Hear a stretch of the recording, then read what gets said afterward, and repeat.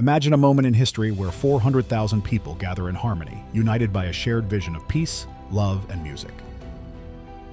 This was Woodstock '69, a festival that transcended mere entertainment, becoming a symbol of unity and collective identity. Despite overwhelming odds, including overcrowding, poor sanitation, and unpredictable weather, the crowd remained peaceful, driven by a shared ethos that reflected the ideals of the 1960s counterculture. Fast forward 3 decades to Woodstock '99, a festival that aimed to recapture the magic of the original, but instead descended into chaos and violence. But how did a celebration of unity turn into a spectacle of destruction? This video delves into the stark contrast between these two iconic events, exploring the social psychology that made Woodstock '69 a harmonious success and Woodstock '99 a cautionary tale.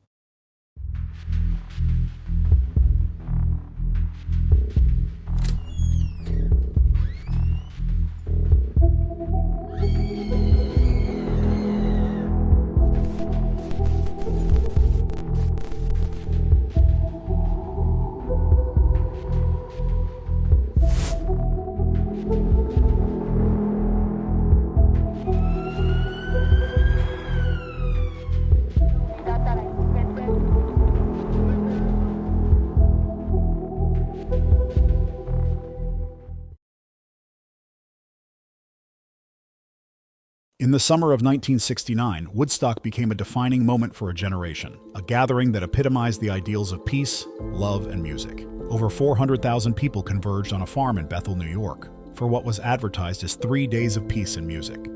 But beyond the music, what made Woodstock '69 so remarkable was how a massive, potentially chaotic event remained largely peaceful and cooperative, despite significant logistical challenges. From a social psychology perspective, Woodstock '69 can be understood as a powerful example of collective identity in action. The attendees, many of whom were part of the 1960s counterculture, shared a common set of values that revolved around anti-war sentiments, civil rights, and a desire for societal change. This shared identity fostered group cohesion, a psychological sense of unity that bound individuals together as a collective, promoting mutual respect and pro-social behavior. The conditions were ripe for disaster: overcrowding, a lack of sanitation, insufficient food and water, and inclement weather. However, instead of descending into chaos, the crowd exemplified pro-social behavior. Strangers shared food and shelter, medical volunteers worked tirelessly, and the overall atmosphere was one of cooperation. This can be attributed to the de-individuation effect, where individuals in a large group lose a sense of personal identity and become more immersed in the group's identity. In Woodstock '69, this de-individuation was positive, as it encouraged people to act in ways that aligned with the peaceful ethos of the event. The music itself played a crucial role in reinforcing this shared social identity. Iconic performances by artists like Jimi Hendrix, Janis Joplin, and The Who provided not just entertainment, but a spiritual and emotional connection that unified the crowd. The music acted as a conduit for collective emotions, amplifying feelings of solidarity and togetherness. This collective experience strengthened the attendees' sense of belonging to a larger movement, further promoting harmonious behavior.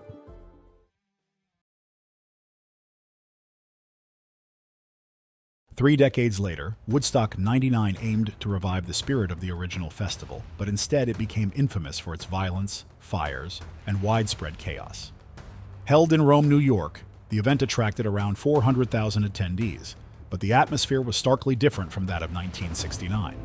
Instead of peace and love, the festival became a breeding ground for aggression, frustration, and ultimately, disaster.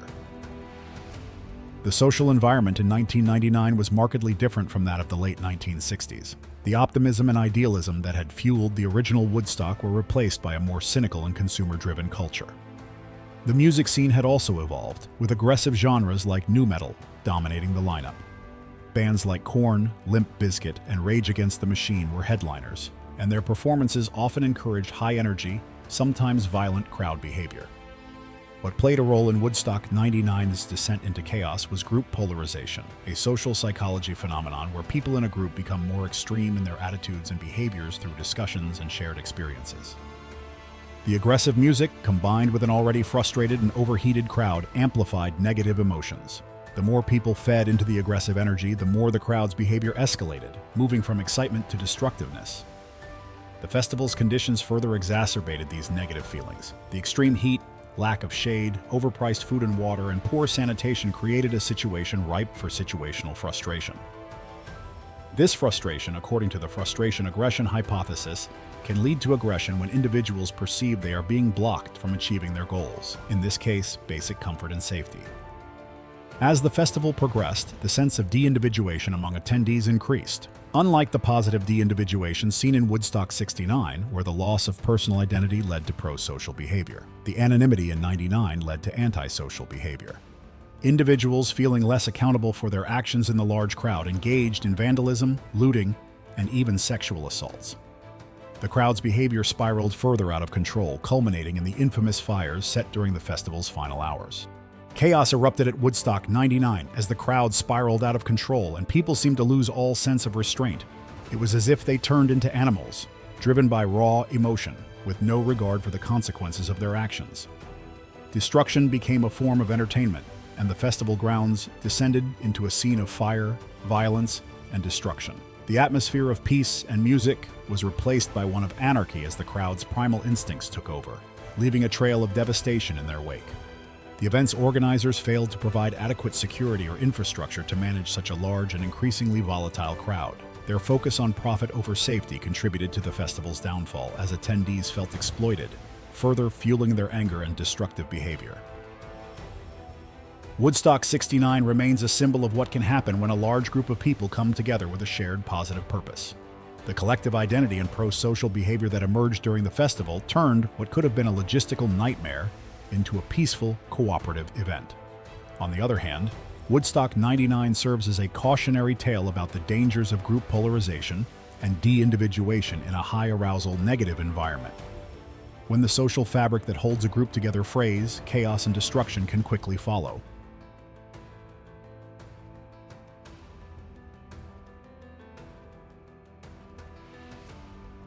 Thank you for watching this video. If you'd like to see more of our content, please hit the subscribe button.